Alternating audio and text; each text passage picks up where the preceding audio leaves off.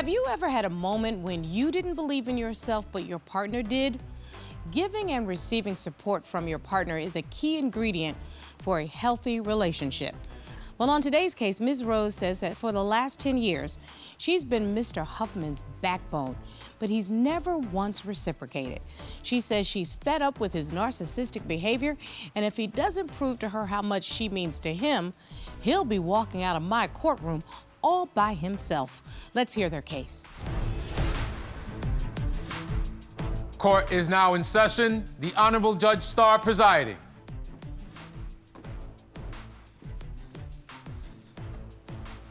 Your Honor, this is the case of Rose versus Huffman. Thank you very much.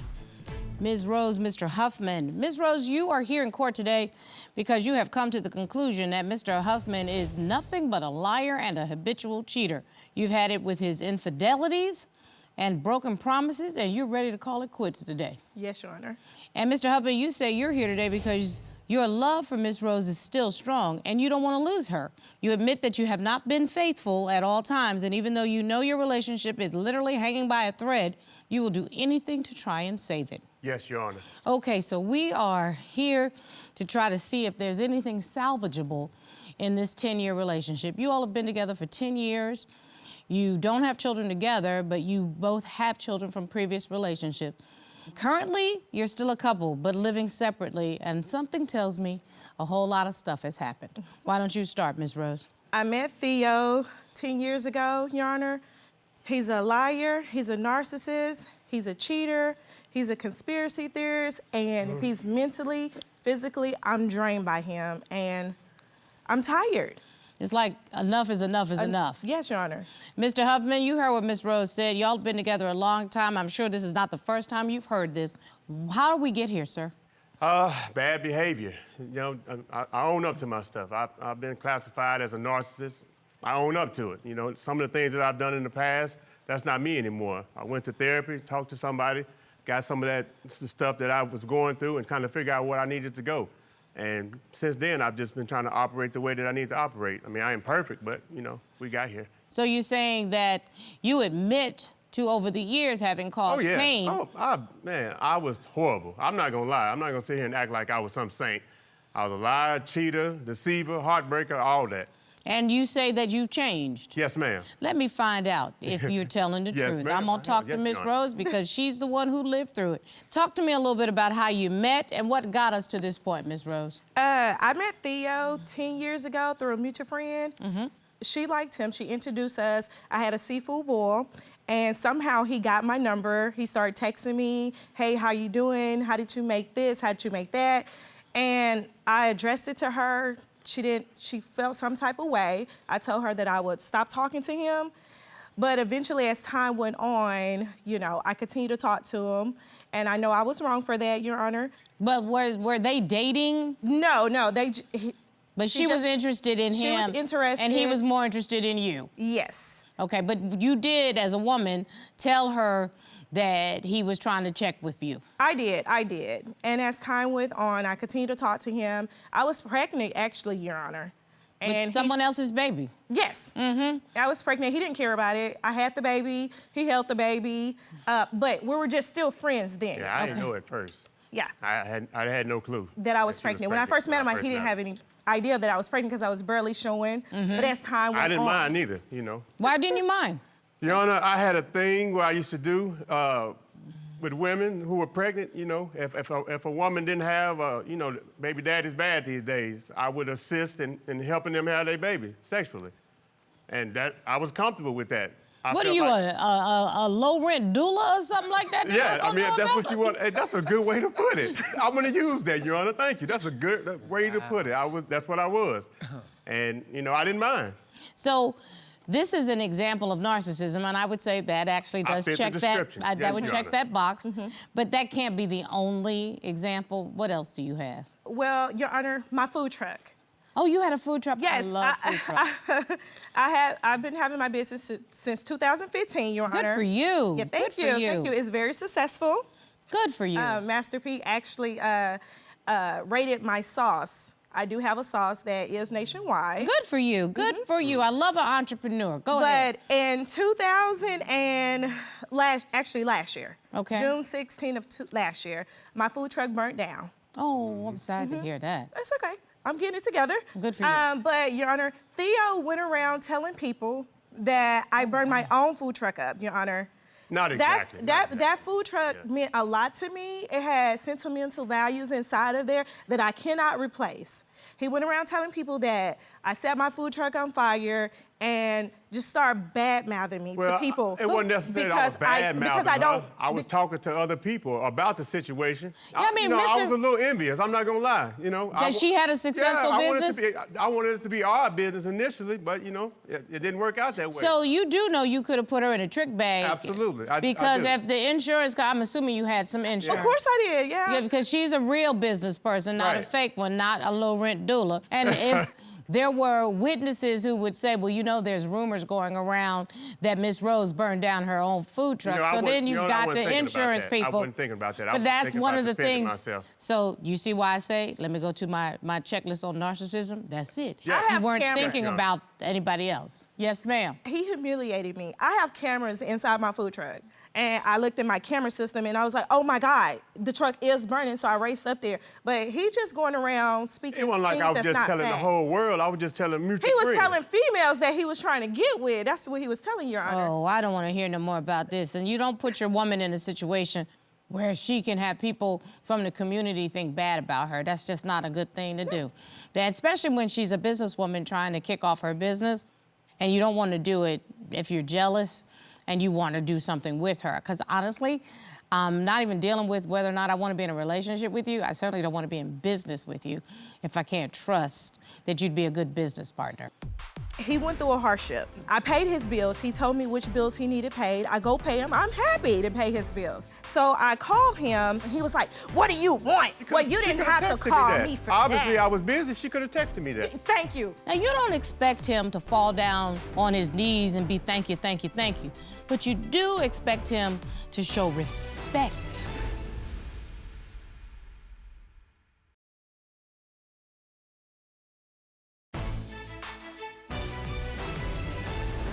He also goes around and telling people that I'm an unfit mother because I don't believe in Christmas and holidays anymore. I mean, it isn't necessarily believing in Christmas. I don't put up Christmas trees. I don't do that. I mean, I do support that's for the people. kids. That's just for the kids. You do that for the kids. I do support people that do put up Christmas trees, that do celebrate the holidays. I just don't do it. I feel like I want to teach my kids that one day doesn't mean anything. I don't want them to get sad over holidays, because that's what a lot of people, they suffer from depression on that one holiday. I want to teach my kids, you don't have to do that. And, it's a lie. And he goes around telling people that I'm fit, Your Honor. But you know what? It just depends on what your family relationship and family dynamic is. I'm not going to... Listen, I couldn't be in a relationship with you because I love Christmas, okay? But I love Christmas for a different reason. Not for the Christmas tree, but because I'm a Christian and I celebrate the birth of Christ. That's me. Right. Okay? That's the way I celebrate Christmas. My husband seems to agree with me, so that makes us, quote, equally yoked. Okay? But everybody has somebody that they need to be with. Right. That will believe what they believe, and that's okay. Right. And even I when you don't believe it, so that's one, and that's a reason behind that. So I don't subscribe to that. So sound like that one. Y'all just don't celebrate Christmas and keep it popping. Let me tell you about the bills, Your Honor. Okay. He went through a hardship. He didn't have a job, and of course I did. I foot a lot of the bills, Your Honor. I paid his bills. He told me which bills he needed paid. I go pay him. I'm happy to pay his bills. So I call him. He's not at work because he doesn't have a job. I call him and I let him know that, hey, I'm done paying the bills. So I'm calling and I'm calling. He's not picking up. And I'm like, he's not doing anything. I just left him. He finally eventually picked up the phone. He was like, what do you want? And I'm like, wait, hold up. I just paid your bills. Thank you, Your Honor. That doesn't give you the right to check up on me all the time. I just paid his bills. He started yelling at me, Your Honor. He was like, what do you want? Why do you keep calling my phone back to back?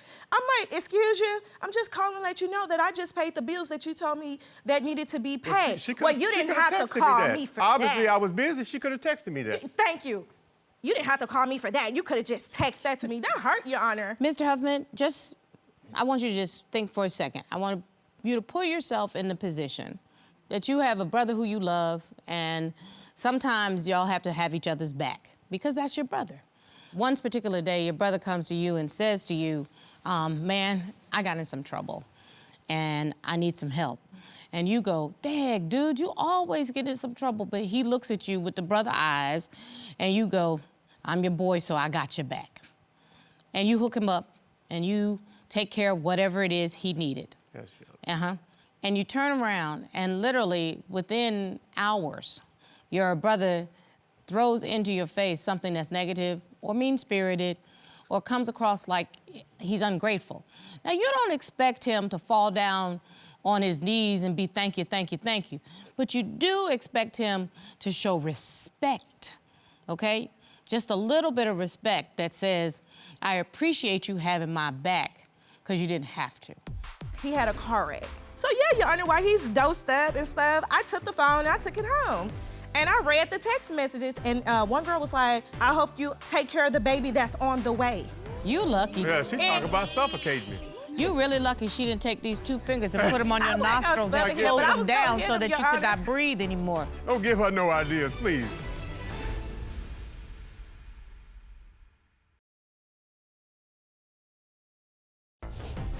If you'd like your case to be heard on divorce court, call us toll-free at 1-877-311-2222 or log on to our website at divorcecourt.com. Missed a show? Watch full episodes on our streaming platforms and follow us on social media for exclusive content. So you were saying you had stresses in your life. Absolutely. And did you take those stresses out on Miss Rose? I mean, you can say I did, yes. You know, No, by my I'm not behavior. going to say it. You'd have to say it. Yes, yes, I did, Your Honor. Did Yes, you I apologize to her? Yes, I did, Your Honor. Did you say to her, baby, I have these stresses? Here and there, not in one piece. Just, I explained it as much as I could with what I had. After we went to therapy. You and Miss Rose went to therapy? Yeah, we went to therapy. Yeah, he's such a narcissist, Your Honor. He thought the therapist, he called them a liar.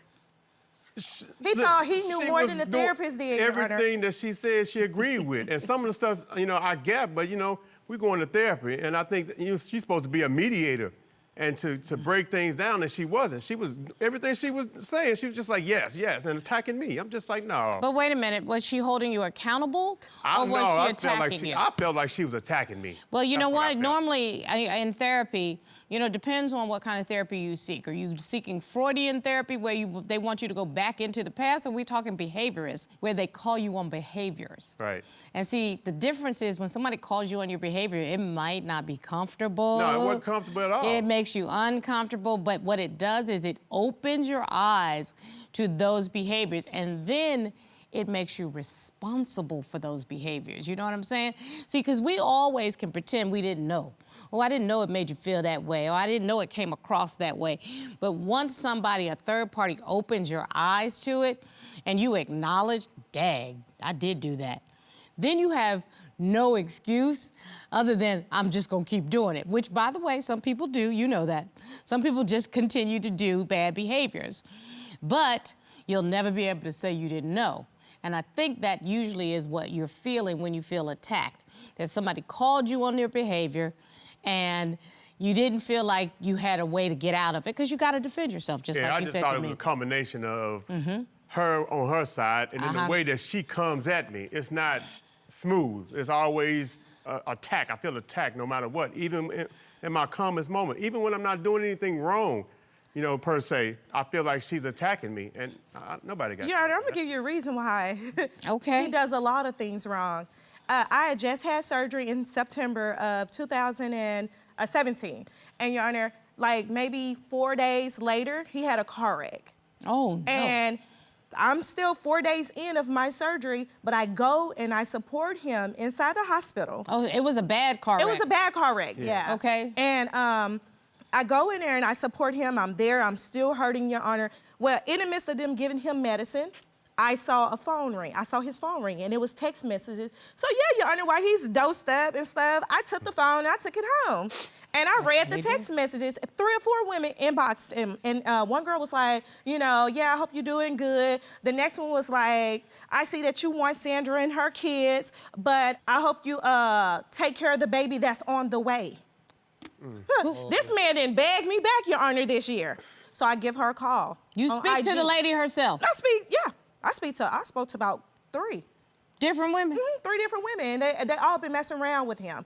And so the next day, oh, you know what? These people violate sisterhood. Yeah, boy. they do, Your Honor. They don't care. I mean, he's allowing it, so it is what it is. But I go up there the next day and I let him know what's going on, and he thought I was gonna attack him. And he was just like, yeah. He was like, nurse, nurse. He was just screaming, nurse, to come and get me out, Your Honor. And I left. And please tell me you didn't show out up at the yeah, hospital. and I was gonna hit him with that pillow. if he didn't call the nurse on me, I was gonna hit him with that pillow. You lucky. Yeah, she's talking about suffocating me.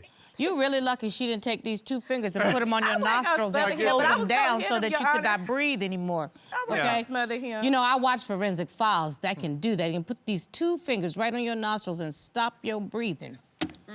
No, I'm sorry. It's not like I meant that at all. You got serious, Your Honor. Don't give her no ideas, please.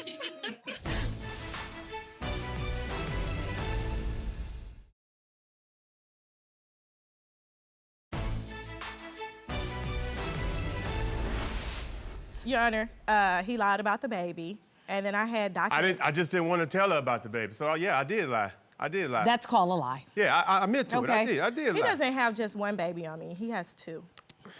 You know this is a spin, right? Wow. Spin. I need to spin because it helps me to focus. And he lied about both of them, Your Honor.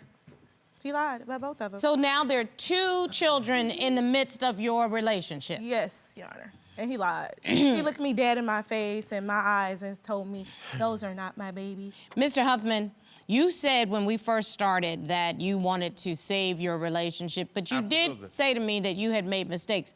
What you didn't say to me that you had been just absolutely a hoe. I don't even know how else to put it. I was. And you know, we've had our issues and we were going through our problems, and then, like I said, my issues with trust with women.